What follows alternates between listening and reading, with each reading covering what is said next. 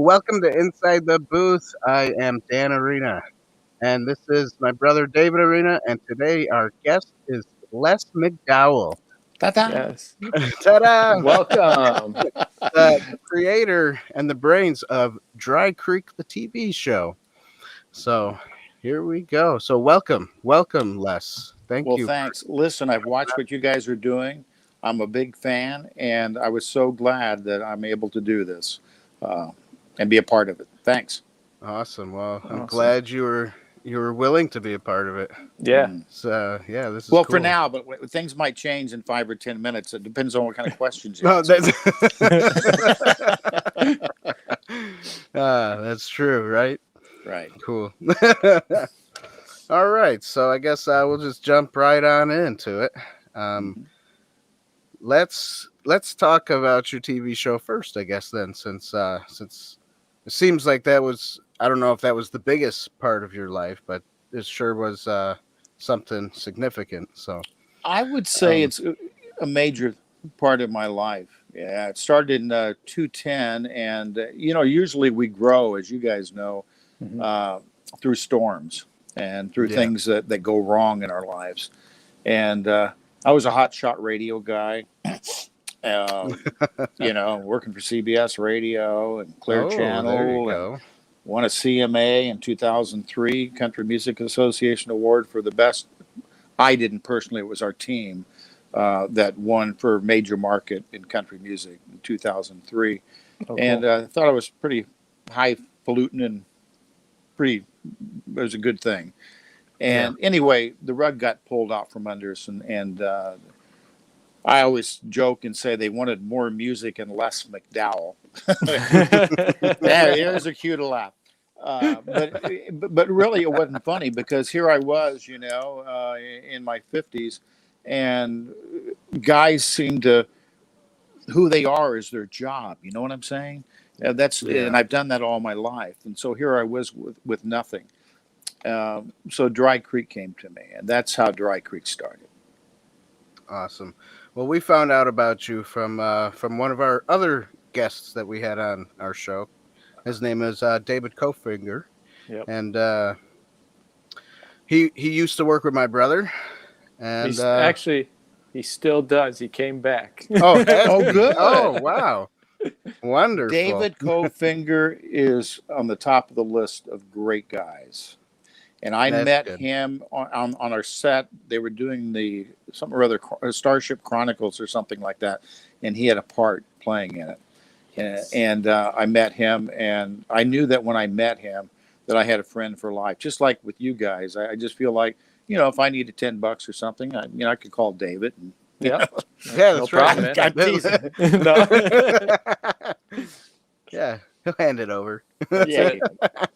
$10 ain't nothing. Yeah, it's nothing. It's not big. I only go through PayPal though, so I don't know. If you got a PayPal account, then maybe it'll work. Jeez. I don't know. I don't think we do. I don't think we paid that pal. To be honest with you, so I don't think he's giving up any more money to me. Nice. That's funny. I'm writing that down. That was a good one. Yeah. Cool. So how did you come up with the idea of Dry Creek? That's and what inspired you to want to do that? Michael Landon inspired me, and I always liked the way he wrote. I liked that he would take you on a roller coaster ride. Now, I know you guys are millennials and everything, but there's still the reruns on of okay. Oh, really? Okay. You're more from my planet, right, Dave? No, I'm like, I'm before millennials. Oh, so Generation X or something. Just before. Just before. I still have some good roots in me, Yeah. But Landon inspired me, and luckily out in California, Ventura, California, where I was in radio and did some TV and comedy at the Comedy Store and places like that. I had a arthritis country music show, and I had Kevin Hagan, who played Doc Baker, on as my guest. and Catherine McGregor, who played Miss Olson on there and stuff. And anyway, Kevin and I became good friends, and he lived in Thousand Oaks, and at times he'd go down to the Comedy Store with me when I was performing or whatever. I'd stop in and see him. And I said, well, I want to go out to Little House set sometime. And he called me and he said, you better come out this week because they're going to blow up the set. It's the end of Little House, and it's going to be through. So I went out and I got to see my hero, Michael Landon, direct on Little House the last week. And I just watched him and just so thrilled. And I had in my mind that I can't copy Little House, but what I would like to do is have a program like that. Would be family oriented. Mm-hmm. And that's how I came up with Dry Creek. Oh, nice. So how long did it take you from that part of your life wanting to do it to when you started to actually film it? Well, it was really crazy because I knew nothing about YouTube, uploading something to YouTube or anything, but I had doing poetry, cowboy poetry, for the longest time. And I was out of work in radio, and I felt really bad about myself, this, that, and whatever. And I thought, I better do something here. And so I started acting out little parts, getting my cowboy buddies to come out, and we'd get a wagon and sit around a campfire, and I'd write a little 3-minute story, almost a short film. Mm-hmm. And we would do it, and I'd put a poem in it. And then we got cards and letters and stuff. And my Facebook grew from, like, I think when I was in radio, 150 to 5,000 overnight, because I was living my dream. And then I started building a set for these videos, and all of a sudden, my wife would say, "What are you doing?" And it was like Kevin Costner with Field of Dreams. I don't know what I'm doing, but I think I'm building for this set for this thing. And then people across the country says that they loved it, and they wanted to see him longer. And then we had a network out of Colorado, in the country or something like that, pick it up, and we had no programming, so we were running through the woods. As you guys are filmmakers, guerrilla shooting. This was yeah. Chimpanzee shooting. I mean, we were running through the woods trying to feed a network, a hungry network, with no budget. Man, it was a nightmare. Before we go any further, let me say this: this has nothing to do with Les McDowell. Les McDowell is not a great guy. Les McDowell is not a great showman. He's not a great actor. He's not a great anything. But it was the Lord that put all this together for me at a very down time in my life. And I want to give him full credit for that. And we have been fortunate to go to New York, and we went to Washington, D.C. I was on the Jim Bohannon show, Nation to Nation. And I will tell Jim, man, it's not me. I want people to know that. This is what the Lord can do. He can pick up a life that was broken through radio and not knowing, and an older guy that was all, what am I going to do now? Be a greeter at Walmart. Maybe that's fine, but I didn't. It was show business, was what I was doing. Right. Oh, that's good. Cool. It's very cool. Very nice. Very nice. So that's basically it. So how many acres of land is your set over there? Well, our little ranch, I call it a little ranch compared to ranches, but it's 40 acres, and I would say we've used pretty much all 40 acres for something. Matter of fact, I'm down here doing a fair, the Southwest Lee County Fair, and I got a call, and there's a Christian film that they want to shoot using the house and the driveway. Oh, wow. And there was another Christian film that was shot there.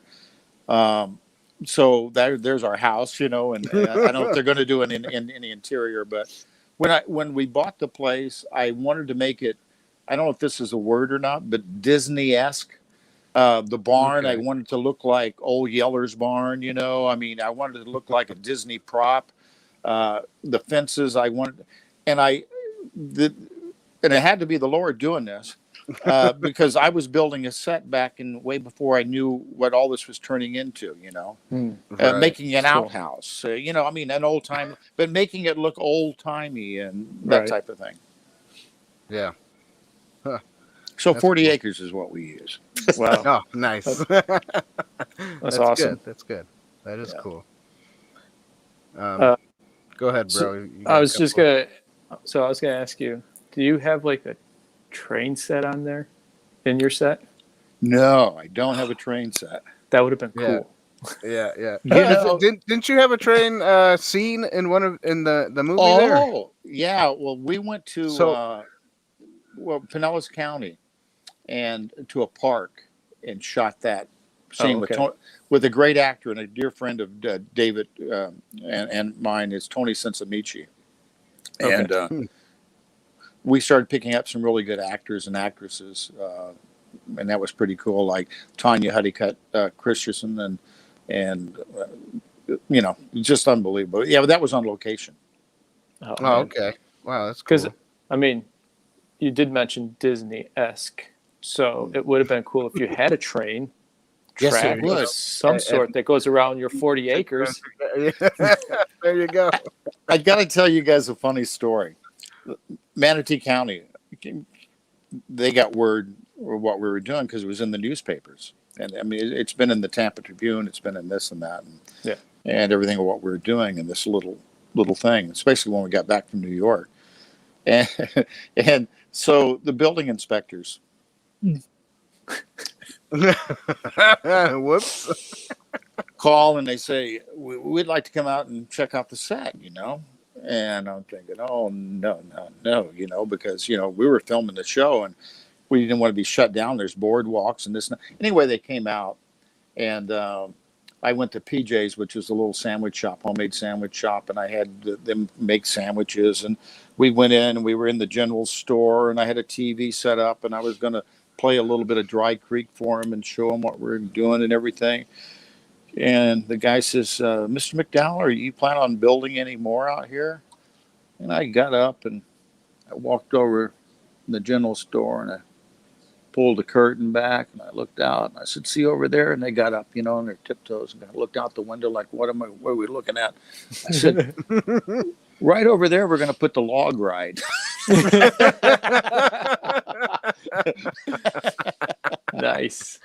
No, But anyway, they did say, "Hey, these buildings, that's fine. We got to write a code for it because we're not doing any television or movie work, and we don't have a code for this." But they've been fantastic. Cool. Oh, that's good. That's good. awesome. It's definitely That's got. good. So, are you planning on building more over there? That's the question. Are you a building inspector now? No, I'm not. I'm just interested. my brother is the jack of all trades, masters of none. So Yeah, he that's likes right. to build things. So Well, I got to be honest with you. We're at the point where we don't know whether to. They're building all around us, and I understand that Universal Studios in Los Angeles is skyscrapers, and I've been there and seen it and everything. But we're at the point: do we keep the setup and keep building on it, or do we kind of let it go now? And we haven't come up with a decision on that yet. What we're going to do. To be honest with you, my heart of hearts, what do you do? And we're kind of at that fork in the road. Right. Interesting. So, I guess this will pertain to some of that. Are you still using it, and is it easy to maintain? I guess It's not easy to maintain because it's old lumber, and I one of the things with it is you've got to make it. When people do a Western set or something, it's sometimes out of plywood. It doesn't look lived in. Right. The colors are wrong, this and that, and so it's got to be almost a little frumpy. Right. Not only the town, but the clothes that people wore. They would only have one or two sets of clothes back in the 1880s. Right. The Sunday best, and then what they wore all the time. And so it does kind of fall apart. And when I took tons and tons lumber that the Lord gave me. From I'd see an old fence tore down, and I'd say, "Can I have that lumber?" Or I went into a sawmill in Plant City on 39, and I said, I said my name, and it says, "Oh, I read about you in the paper. Come and get all the cutoffs from the sawmill. You're welcome to them." So there is ways to get lumber, cool. and to make it look old and stuff, but Right. it's all up in the air. I'm not really sure what we're going to do. Interesting. Oh, good. Huh. I tell you what I want to do, though. I want to do the Dry Creek books, and just like Little House on the Prairie and Landon was my influence. The Little House books that kids read in the 1800s. I would like to do the Dry Creek books because I think the stories that we did, the handshake, it would go good today. And there's not enough for kids to read that have the philosophy that we kind of grown up in, or be kind to people. We had one called The Prayer Warrior, and it didn't turn you off. We're not preachy, but it was just how prayer and positive thinking can change the situation. We had The Bullies, was another episode that I wrote that we had. And I want to do those in books, and I've started that first book. Cool. I've got it. It's called Flying Horses, and it's the start off to that, and I'm about done with it, and it's going to be pretty interesting. Oh, real cool. Interesting. Cool. That's neat. That's very neat. So mentioning the shows, do you have all the shows somewhere that people can go and watch them? Well, we've got Variety Network out of Hollywood and I think you watched the Dry Creek movie, and I think it's an hour and 40 minutes or something like that. It's a movie that was put together. Let me back up a little bit. We started with Dry Creek with a $40 Zoom camera that my wife and I bought, running through the woods, as I told you. Yeah. Shoot. Oh, we know about that stuff. We know all about that. Yeah, and then we went from that on to. I got a knock at the door one time, and a young man had lost his job at Verizon and had about 6 months off, getting paid, and had all the equipment and wanted to direct the show. So he brought it up. And then after his tenure there and came due, Christian Minority came in, and he had all the equipment and upped it and took us to New York City. And then after that, Curtis Graham and different people came in, and Buddy Winsett, and with the big trailers and everything. After we got back from New York, and we did the movie, and we started. I say the Lord started us with that little Zoom camera, and then we went up to what's the big camera? I can't even think of it right now, but I mean it's what all movies are shot on. Not the Red, way above that. Right. Huh. That's cool. Very good. Huh. I always said that, pardon me, but before I lose my train of thought, I always said that when I was out of horses, the Lord would always put a fresh horse at my gate. And that's cool. A metaphor, because if we needed a camera, if we needed this or we needed that, it was always there. That's awesome. Wow. That's good. Yeah, praise God, cool. Man. Yeah. So is there any way to get to not just the movie that you talked about, but is there a way to get all the older episodes and I guess well, for $29.99, what you can do is buy the whole set. Look at it. I mean, I didn't know if you have them on a different YouTube channel, or if you're streaming them somewhere, or no. We've got a couple up on YouTube, and I think it's The Wedding in 2 parts, which was one that we shot, and I think The Bullies might be up, but we kind of held them back, and I just have never made a deal. Show business and the movie business, and you young guys, if I can give you any advice, it's the movie business. It's show business. It's it's the music Right. business, and I always lacked in the business. I'm not a bad writer. I'm not a bad Sounds like writer. us.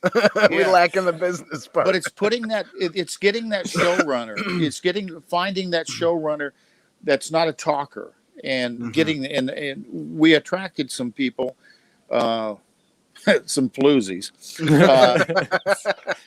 and also some good people that knew what they were doing. But maybe they did a big show at one time. But as you know, in your business and in this business, if you're out of it in 6 months or out of the radio business, you've lost your contacts. I mean, that's how fast move. So the question is, do we have those for sale? No, we don't. We did have it on the website, and we sold them like that. But I think I'm going to put them up if I find some young people like you that know what they're doing. Put them up somewhere and get them out on YouTube and stuff where people can watch them. Yeah, that'd be cool. Cool. I'd like to watch them all. That'd be pretty neat. Yeah. It's fantastic stuff. Fantastic. So talking about books, you have a couple. What books are they? And where can we find them? Can we buy them somewhere? Well, first off, I'm not trying to sell books, and I'm not trying to sell.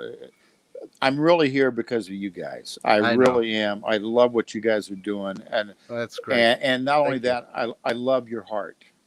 Oh, thank you. Thank you. And so we'll sell the book for you if. Well, we'll But try. we'll Sell our own merch.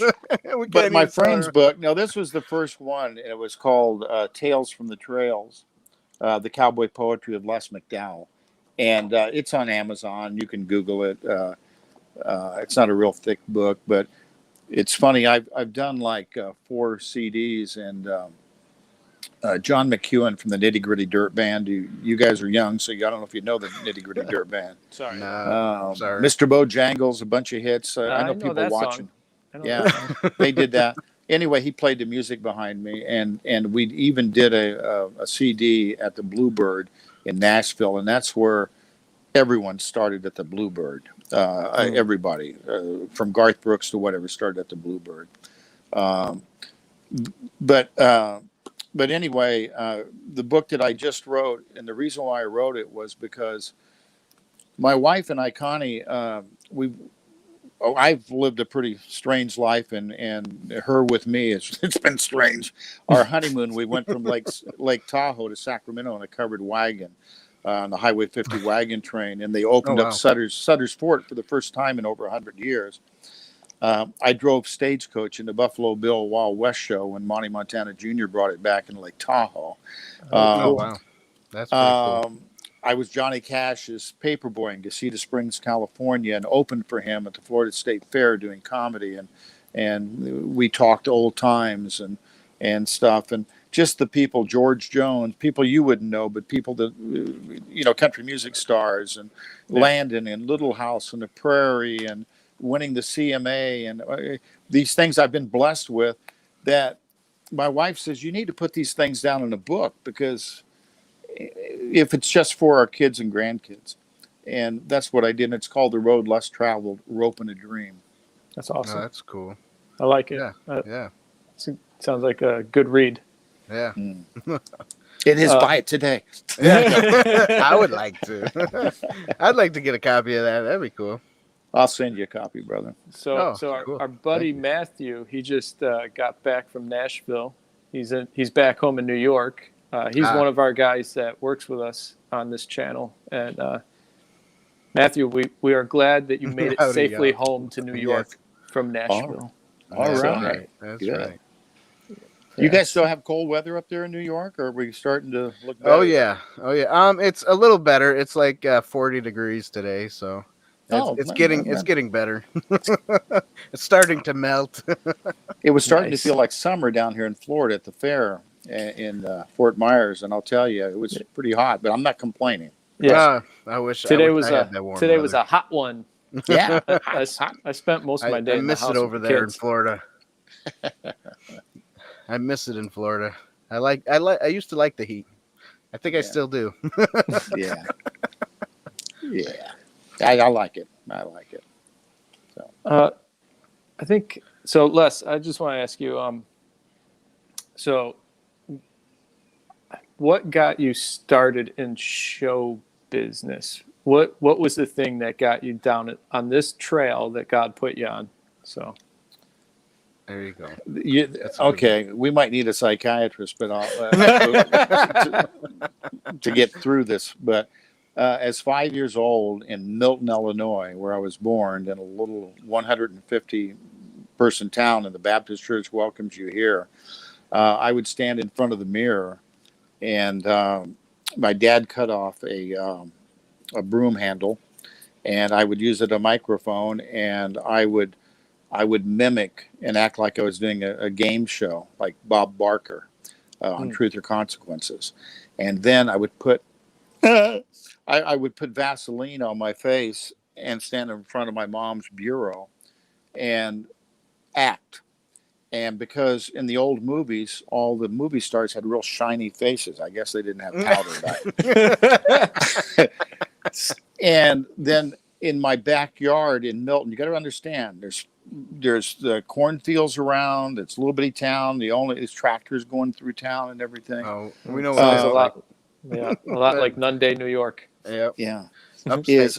Is I had a stick horse, and I'd fight the bad guys out in the backyard. But I'm a child of the 50s. I was born in 53. And so I grew up on all the great Westerns, and your word is your bond, and drink your milk, all that kind of stuff that we grew up as baby boomers, Yeah. So that's what got me started. And then to make a long story, what is it, 57 years or whatever it is? No, actually, it's 67 years. To shorten it down, we moved to California, and my dad was a carpenter, and he'd go out and say, "Hey, we saw Roy Rogers' ranch," and after church on a Sunday drive, he'd take us out there, and Roy came down the driveway and met him, and I got to sit on Matt Dillon's lap at a rodeo, and my heroes, and so I never grew up. And there was a movie studio called Corriganville. Any old Western you see, it's in Simi, California, not far from where Little House was shot in Simi.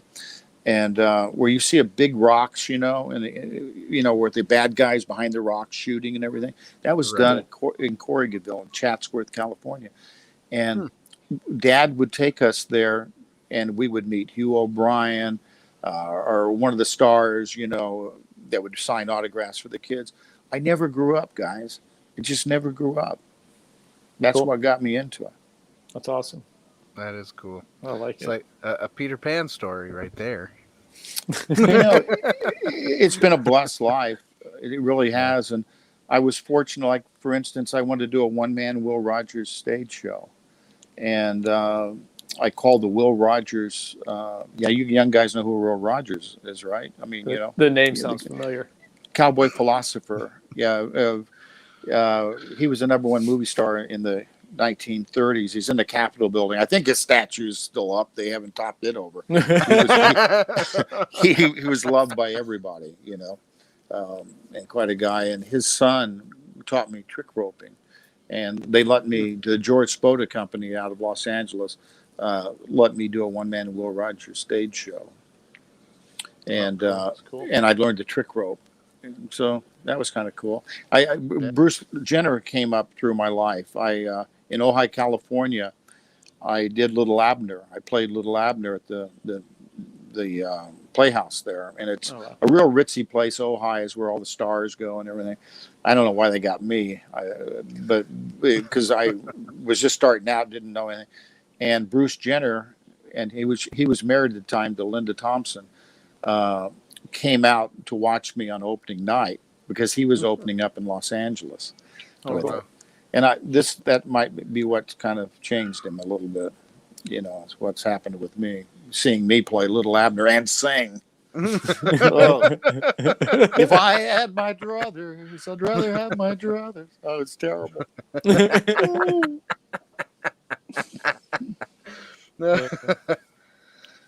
Well, enough about me. What do you guys think of me? You seem like a wonderful man. Oh yeah. I see David looking at his watch. How much more time do we have with this? So Matthew asked a question. He says, "I'm curious. Any relation to Malcolm McDowell?" No, but I get asked that all the time, and I got a story about that. Malcolm McDowell.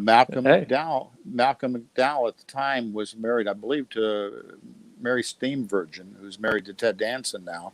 But when we owned the Ojai Valley Inn riding stable, my parents, my wife, and I, and Malcolm McDowell would come in to ride, and because he lived in Ojai, and we had talked about that, and we said, we got to be related somewhere, something like that. I tried to talk him into it because I needed some of his money, Of course. Still do. I mean, we're all related somehow, right? Adam and Eve. Yeah. Oh yeah. I got to tell you a funny story about that riding stable. Joe Theismann, the great quarterback. Okay. He was dating a gal, and I forgot what the show was now, but he was dating her, and they would come in to ride. And we'd get a call from the agent in Los Angeles and say, Joe's coming down. Don't let anybody know Joe's coming down. And hear that screaming? That's a roller coaster outside. Yeah. Well, it's not women beating on the door to get in, I can tell you. Anyway, he always asked for a horse called Lester. And I'm kind of a show business cowboy, and cowboys would name their horses after who they bought them from. And I had sold this horse to the cowboy that owned the riding stable. I bought the riding stable. His name is Lester. Lester McDowell is my name, not Les McDowell, but right. Lester. Yeah. And so Joe would always ask. So this is years later at WQYK Radio in Tampa, Florida. Guess who came in as a guest? Joe Theismann. Nice. I told the guys in the morning show, I said, I'll bet you money that he'll remember my name. And they go, no, there's no way he's going to remember your name. From Ojai, California, years and years ago. Comes in, I said, Joe, remember going to the Ojai Valley Inn riding stable? Because they came all the time. He goes, yeah. What was the horse's name? He goes, Lester. So I won $20. Sweet. Oh, that's good. That's good. You should have upped the ante on that one. I should have.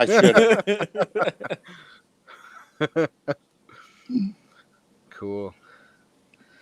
Well, David, do you have any other questions? Do I have any other questions? Yeah. I mean, sure. I'll go down this road. Yeah. Since we love Jesus here at Inside the Booth, Les, when was the first time you gave your heart to Jesus? I'm glad you asked me that. My mother, God rest her soul right now, she prayed for me and prayed for me and prayed for me. And when I was in junior high school, she would always take me, say, I'm going to take you to church camp. No offense, guys, but I thought at the time that Christians wore the big glasses. They were real white and pasty, and they weren't much fun. And you know what I'm saying? And I wore Converse tennis shoes. I had peg pants. I was cool. I thought I was cool, right? Yeah. So I got to go to Hume Lake, and it's a Christian camp out in California. So here we get in the bus, and they're all singing. Their faces are aglow. They're just happy. I'm sitting there the whole way. Get to Hume Lake, beautiful lake, pine trees, moon shining on it. These other kids, I just didn't want to be around them. I felt, and the Lord spoke to me.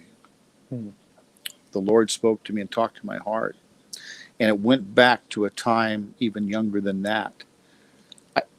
Mom says Billy Graham is speaking at Dodger Stadium. I didn't want to go see Billy Graham. I could care less about Billy Graham at the time. Yeah. But I love the Dodgers.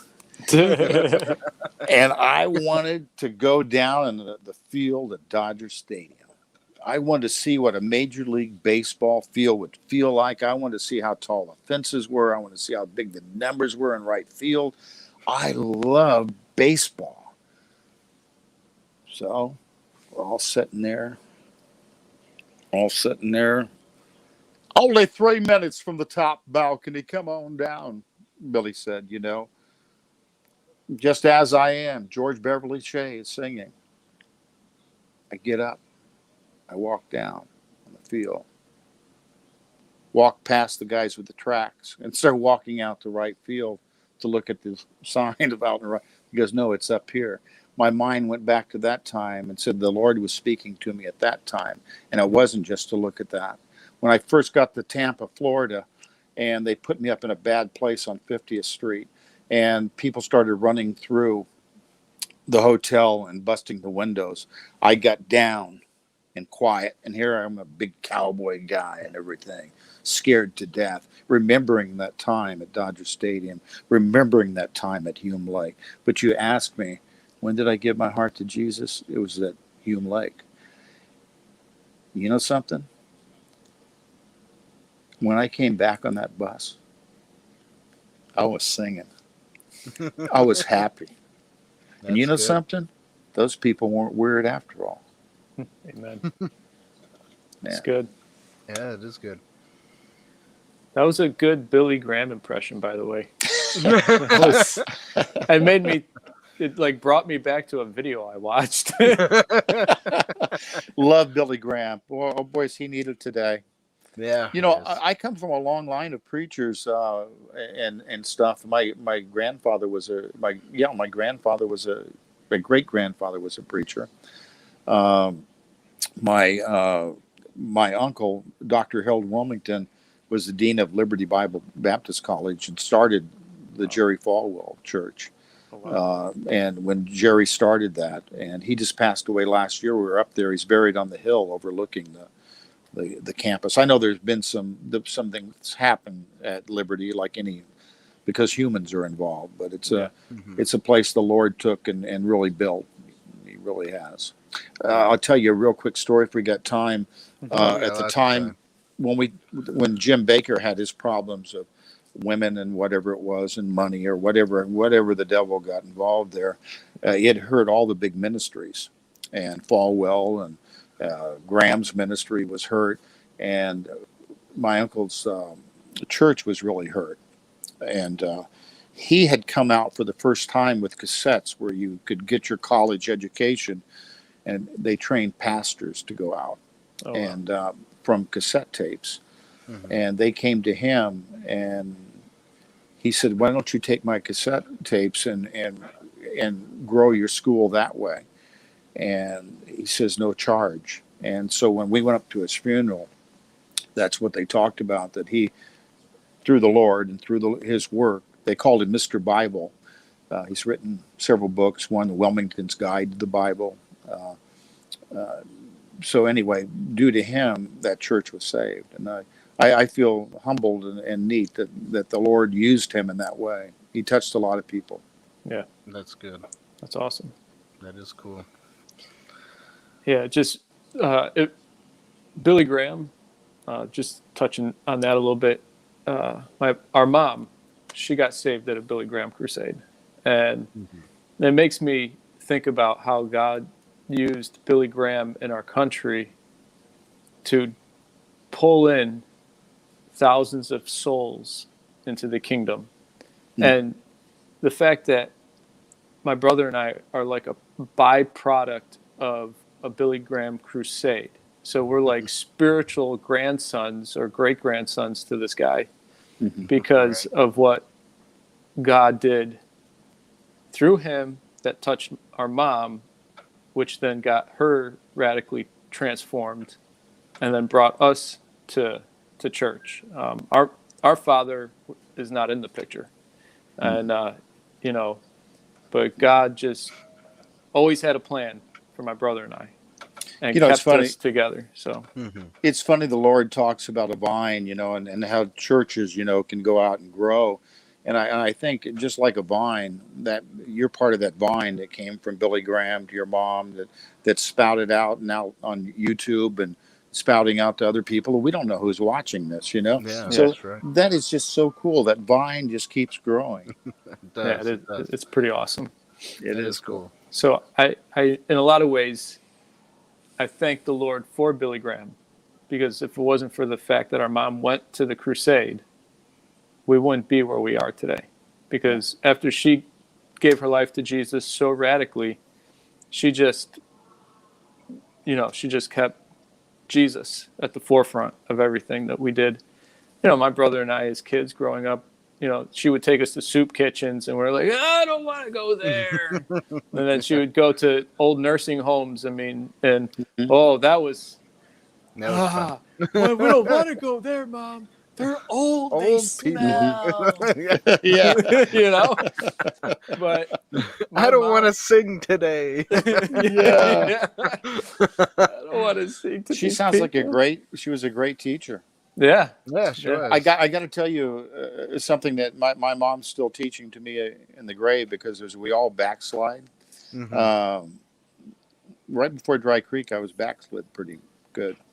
And I had been raised I was, as you say, I was one of those kids drugged to church. You know, you've heard the old joke, drug here and drug there, but I was drugged to church, made to go, this and that. And I really kind of resented it. And even though I was saved, you know, I was saved, I was going to heaven, but yet I had backslid.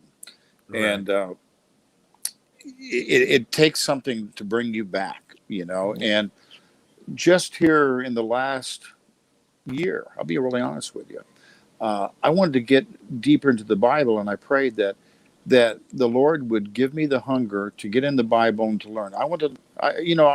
When you sit and listen to a sermon, you hear about Moses and you hear about Levi and this and that, but who are they? Yeah, you know, right. Abraham, his son. You know, go back to that. So I went to Walmart and got a children's Bible. And I didn't want any big words or anything. I had a good study Bible that I could look over and it would say what it meant. But I wanted to know, what does mercy mean? What does it really mean? You know, what do these words mean that I've heard all my life? They had been beat into me.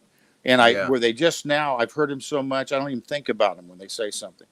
And I used to sit in church. Get this. Here's the preacher up there, right?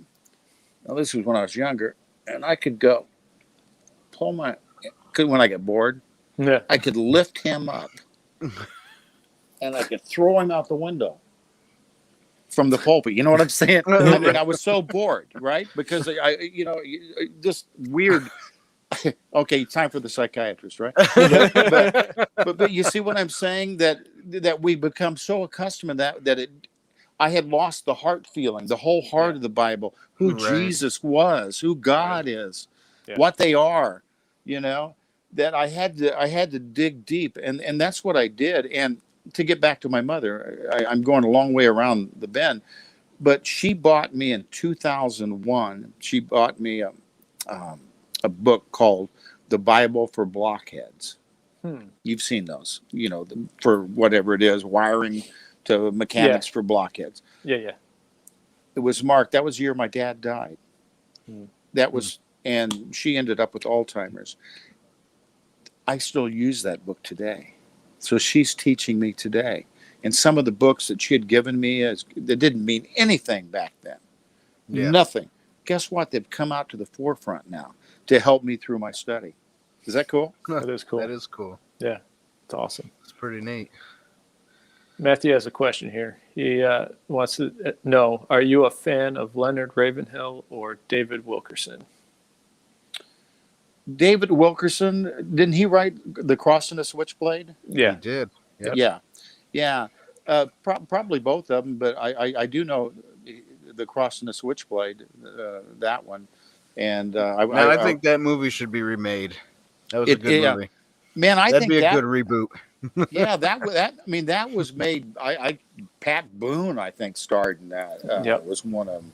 So Yeah. yes, that you guys, you're filmmakers. There you go. There you go. It's dropped in your lap. It's a beautiful story. You got to do it. It's true. That It is a good true. story. It is. So you thought I was, or you thought I was going to think that when you said Wilkerson, you were talking about the razor.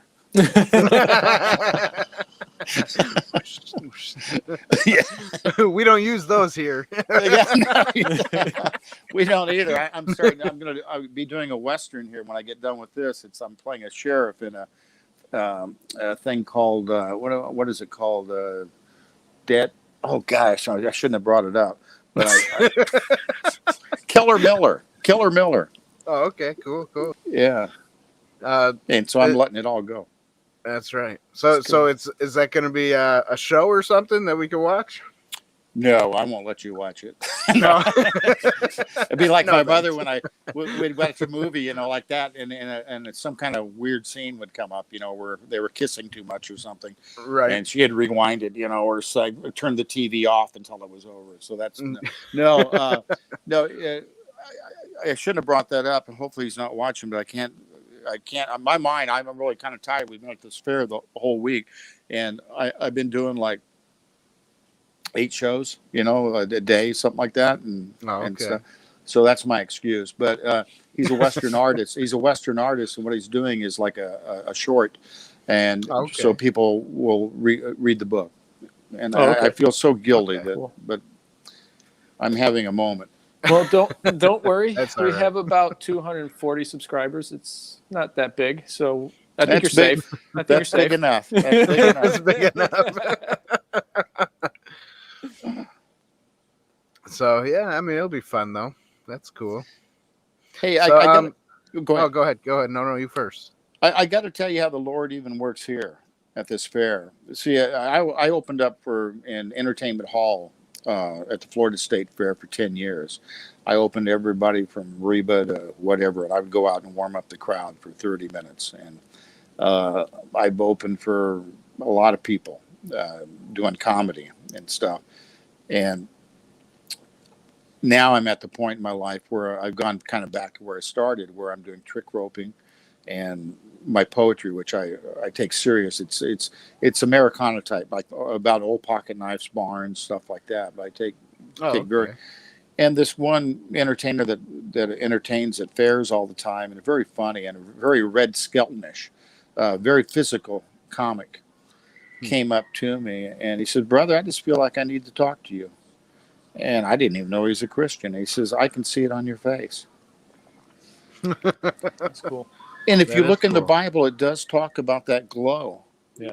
And if you can see, my mom used to say that you can see sin in some people's face, and the same thing. There's a glow in a Christian's face. You think about that. What Jesus must have looked like, when he was on this earth. Yeah.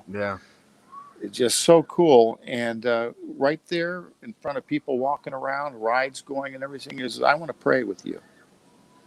And it was great, man. It was great. And he says that when what you're doing and you want to pick up more fares or whatever, I just want you to be safe. And I want you. And I thought that is just so cool. He's just so cool. I wouldn't have ever known. But he says people can pick people out. Yeah, of course. But me? look at me. I mean, That's cool. No, that's cool. I like that. That's cool. Yeah. Things like that happen.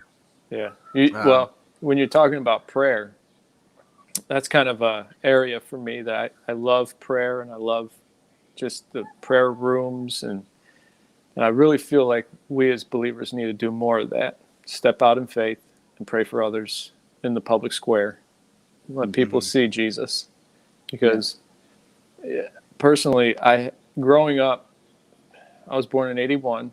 So, we're in 2021, and almost 40 years.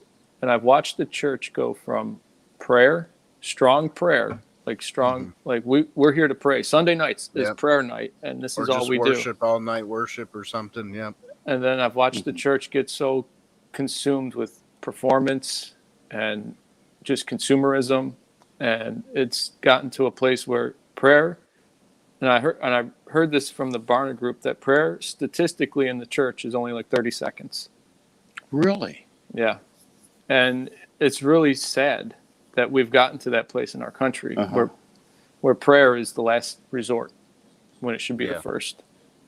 So. And boy, I am a testament that prayer works. And my wife, especially, my wife is a prayer warrior. And my mother was a prayer warrior. My grandmother was a prayer warrior. I'll tell you how much prayer works. I knew they were praying for me when I wasn't doing right, when I was off, and I could feel it. And I told my mother one time, will you quit praying for me? You know what I'm saying? Yeah. Not that it put just conviction, but I could feel it because I had the spirit. Yeah. I had the spirit in me from Hume Lake. Yep. It was buried in there, but it was there. Yeah. You know, he let me go. I was a sheep that went off, you know, and everything, but he came after me. You know? Amen. I was that one. Good mamas pray for their sons. That's right. That's right. And I needed a bunch of it. Still do. But you're completely right about that. We do need to do more of that. We really do. Yeah. That's true. That's true. Can I do a little poem, a short poem for you? Yeah. Go ahead. Do one of your poems. I did this today, and I hadn't done it in a long time. I saw an old cowboy sitting by a fence he just fixed. He took his old sweat-stained hat off and got down on his knee and started talking to the Lord, just like you'd be talking to a friend.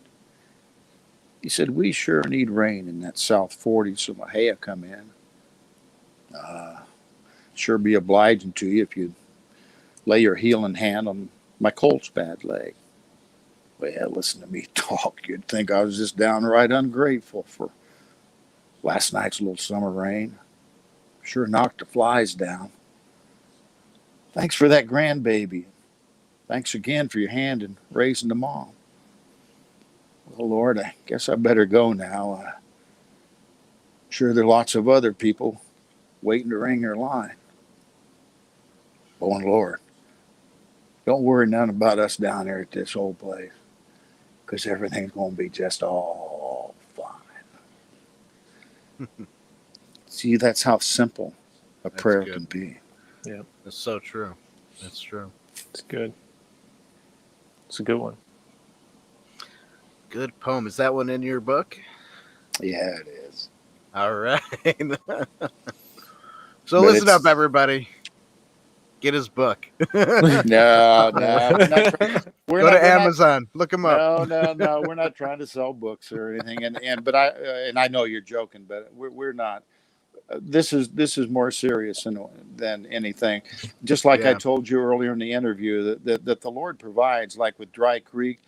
I'm going to be honest with you.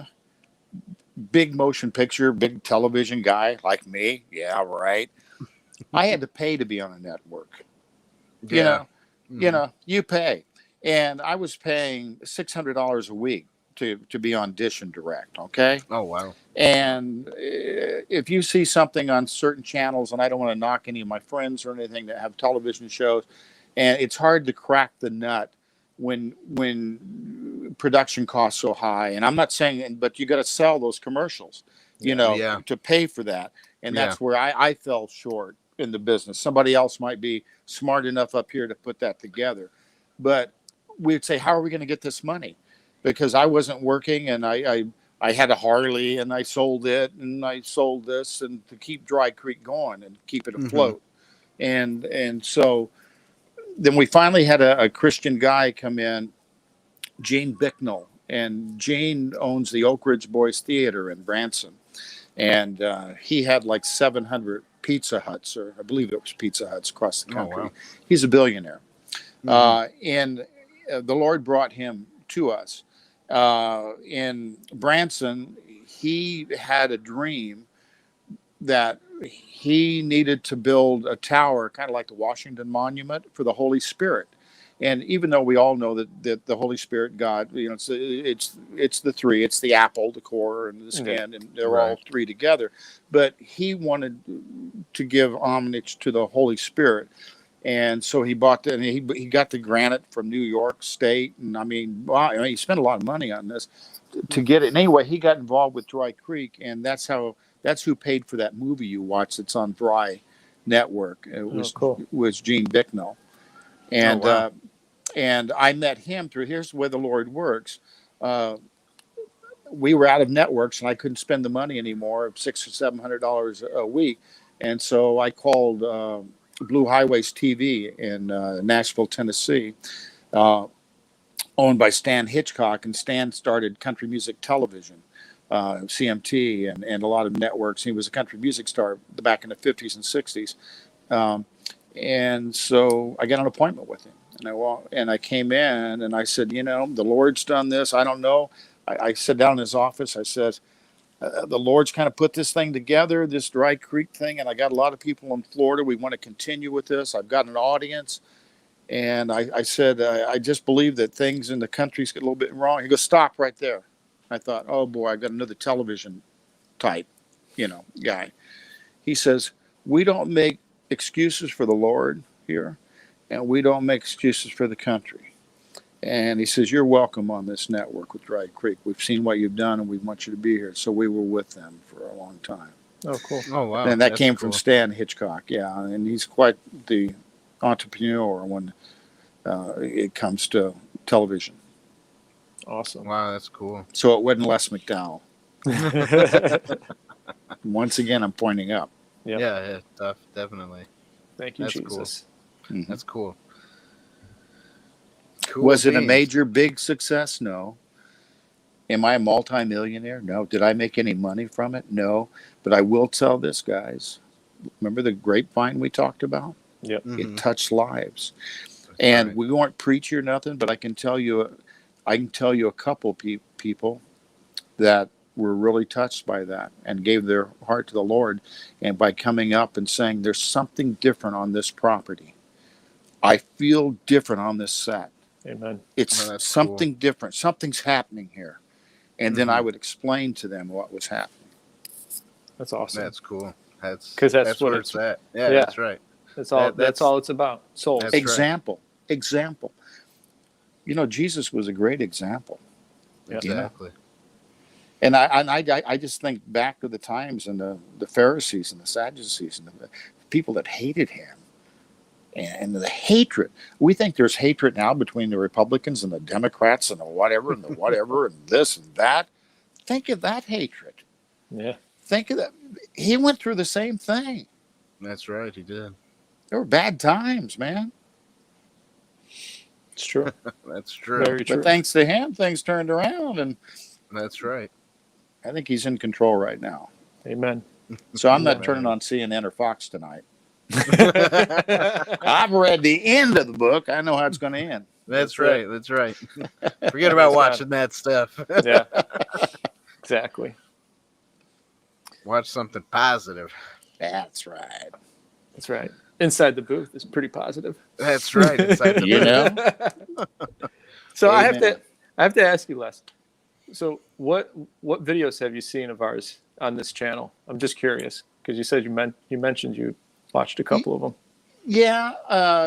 Last night, first off, let's go back to the opening, the thing about you doing two brothers and going back to when you were younger and stuff like that. Yeah. And I really can't put my finger on just one thing or one thing you said or whatever, but I tuned in and I'm not making excuses, but I am a little brain dead right now. You can ask my wife. It's okay.